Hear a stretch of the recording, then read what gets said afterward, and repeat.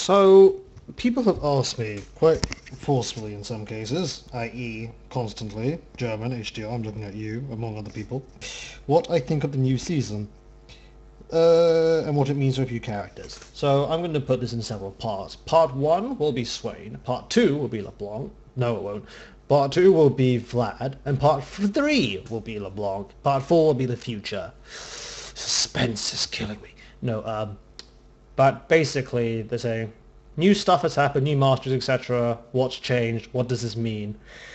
Long story short, even though I know I'm going to split it up, TLDR, Swain is in a pretty good position, especially compared to the other two.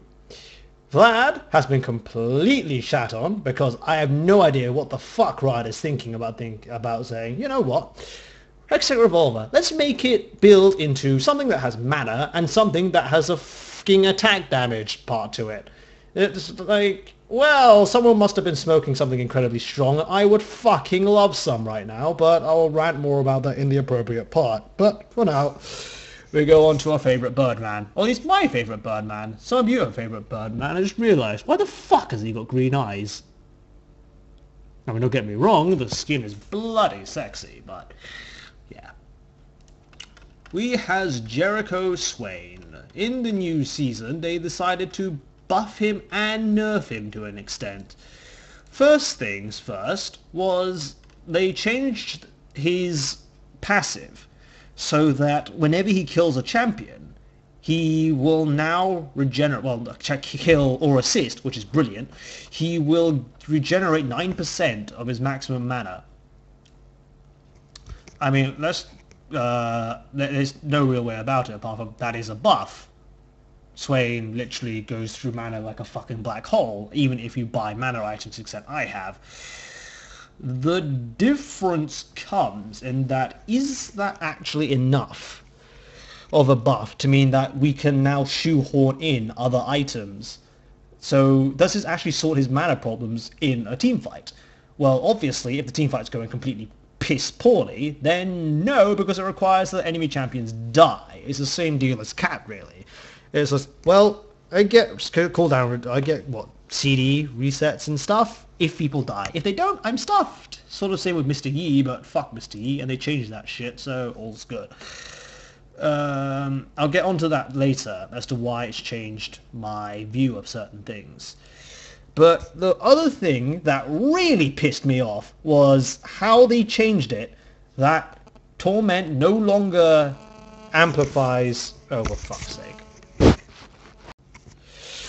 So yeah, given the completely unscripted nature of these videos, because fuck scripting, I like to do things on the fly, even if it's my style, deal with it. Phone calls, girlfriends, real life, the fucking horror of it all, I know. How dare I have a real life.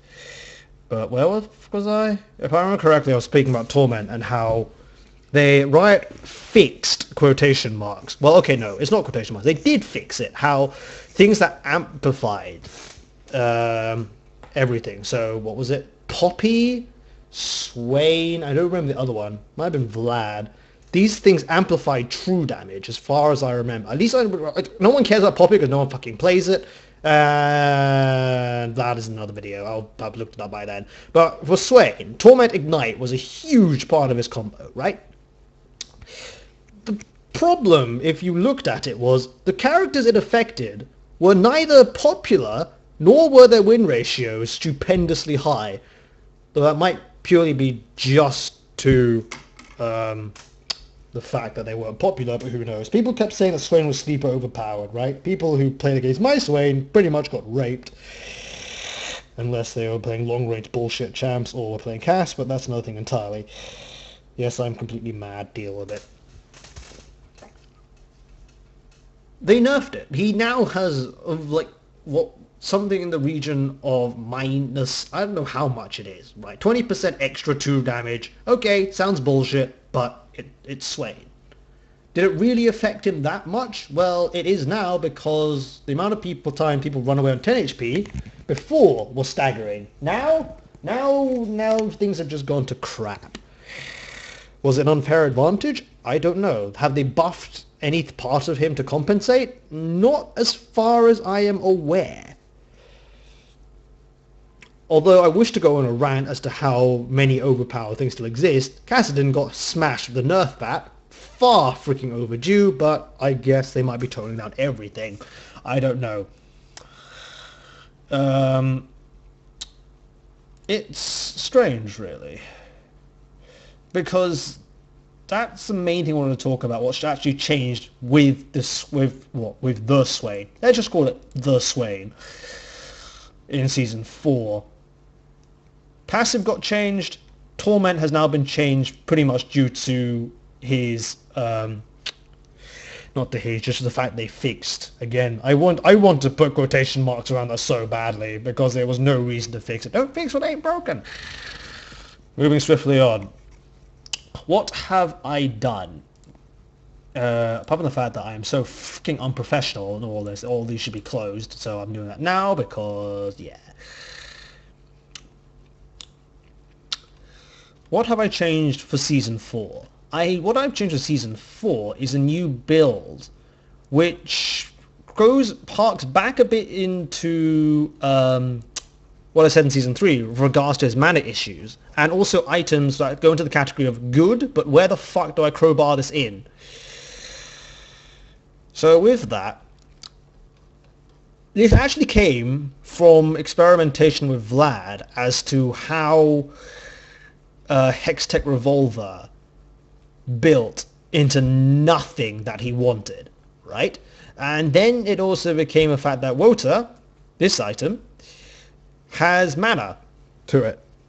I mean, Vlad doesn't want anything to do with mana, but for Swain, it becomes a matter of, wait, in Season 3, if there was a Wota, back then when it was an aura item, and Leslie would carry it for me or Nunu, sometimes there was a video I've uploaded on YouTube of what happens when Swain has spell vamp. It's fucking atrocious to watch as you just regenerate everything in a split second. Okay, over exaggeration. In the time that Zonya's can save you from being murdered, blah blah blah blah blah. It's a really good item to have. Where do you put it in? Rod of Ages too efficient. Zonya, stop your face from being gibbed. Chalice was needed to stabilize your mana. I'm just harking back everything that's already in the guide. Long story short, I decided to experiment what would happen if I decided to say screw the Chalice. Right, because Rod of Ages hasn't really changed, Zonya's Hourglass hasn't really changed, and everything else you still need. You still need a Death Hat to kill people, you still need boots. Shock fucking horror, I've not changed my stance on tier 2 boots, but you still need boots. So the only real thing in my mind that could be changed was Chalice. Right, I listed this again in the guide here. But long story short, I have changed it so that Wota is now in the place of Chalice, and you change the rune set, which I'm not quite sure if I've been able to update yet. I might be a bit too lazy on that front. What I have done is not here. God fucking damn it. Anyway, I changed the yellows, which were scaling health, to scaling blue. Scaling blues? Yeah, that makes a fuck ton of sense, Soviet. To scaling mana, right? That goes some way... Never mind. So before that epic failure of mine, where I couldn't actually bring this up, this is the new rune set I'm using. Right? Standard reds, magic pen, sort of standard blues for mid lane, which is magic resist. So I guess this is sort of a weakness of this build, is if you're doing it against AD, I'm not quite sure what the heck I would do, but pause on that. I have changed this to mana regen, right? So at level 18, or later on, where the fighting happens, you actually have a fair amount of regeneration, coupled with Wota.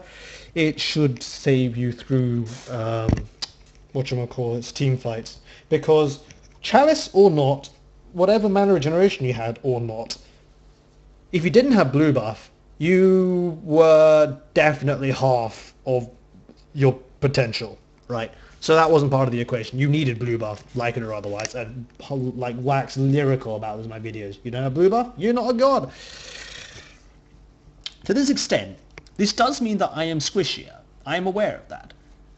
that's why I put shoved move speed quintessences in, because they're just useful in general, right? Your escape mechanism involves you landing a never move, which for most people, and indeed for myself, is not 100% reliable, because, you know, you can just flash over it, use 1,000,005 different ways of dashing over it, blah, blah, blah. What it also means that in a fight you have more control, right? This is like a squishier build. I do not pretend that it is not the case. This is squishier. You have less health, it's more specialized. It's like the old Vlad guide I had, where it was CDR, run around, be an absolute ass. Just don't get hit in the face, because you'll melt if you do. Swain, I know I said, unlike Vlad, can take it to the face and then eat you for it. But minus 200 health or so, it results in you being squishier and more vulnerable to burst. Given the rise of supports being fucking AP carries nowadays, back then when Nidalee was bloody laughed at in Season 3 for, oh my god, that Rabadon's death cap you're having suggests you are not a fucking support, is now all the more fucking terrifying. Yeah, you are squishier. To what extent? It's only a minor one, 175 to 200, but it is there. And if you're bursted down, it doesn't matter about your mana regen is irrelevant, and your just regeneration in general is irrelevant.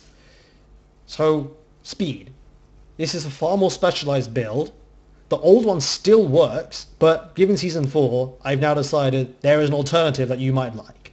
You regenerate far faster, you do more damage, right? And it also just works faster because its items are cheaper. I don't know. Recently, I've been able to get Water Rod and Zhonya's Hourglass under the 25-minute mark, or around 25-minute mark, quite easily. Well, quotation marks easily, and it's enough. It is enough to generally do what you want. You don't need a freaking hat to do it. But that's what I think. Other things that have changed were masteries, really, but I view these as generally normal. You need blue buff. You want that. Everything else is AP, CDR, blah, blah, blah. So, no real changes there. And I think that's generally all I have to say for Swain in Season 4.